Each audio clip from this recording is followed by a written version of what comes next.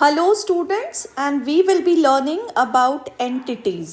I just wanted to tell you that some characters are reserved in HTML. What do you mean by it?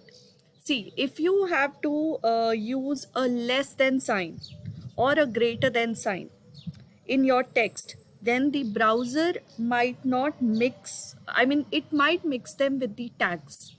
Correct. That's what I'm trying to explain over here is, see, they are something which you can say, these are reserved in HTML.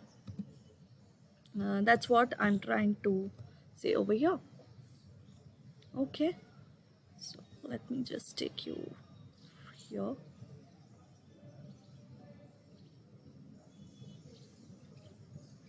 Okay, so these are reserved in HTML. That's what we are trying to say. As I told you that if there's a greater than sign or if there's a less than sign, then how will your computer differentiate that whether it is a greater than or a less than mathematical sign or is it a tag? So what we do actually over here is we have different forms. Like for example, if I have to take a copyright symbol, correct? This I'm taking because this is the easiest and the most used this thing symbol. So that's why I'm taking it over here.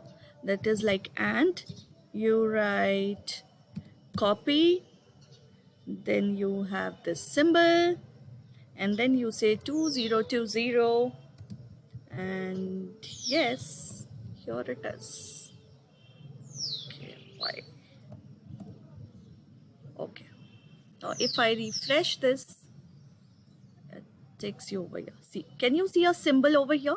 This is a copyright symbol. All right. Now this way you have different entities. For example, if you observe carefully here, we have different, like for non-breaking space, this is the entity name. If you have to take in less than sign, it is and LT. If it is greater than sign, it is and GT. If it is ampersand, then this is the entity name. If it is sent, like this. So basically, see, I've used the copyright one and copy. So see, this is what I'm trying to say, like whatever symbols you have to use, you use it with entities. Same way, same kind HTML, we have symbols also. We have currency symbols, you have mathematical symbols and all. So one of the examples I've again got it for you, like copyright, I've already told you. This is like almost every website uses the copyright symbol.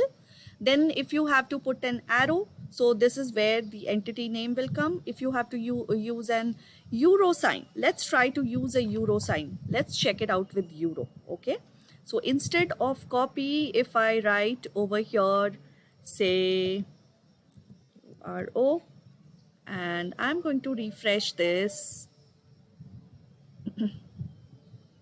Okay, you have the euro sign, correct?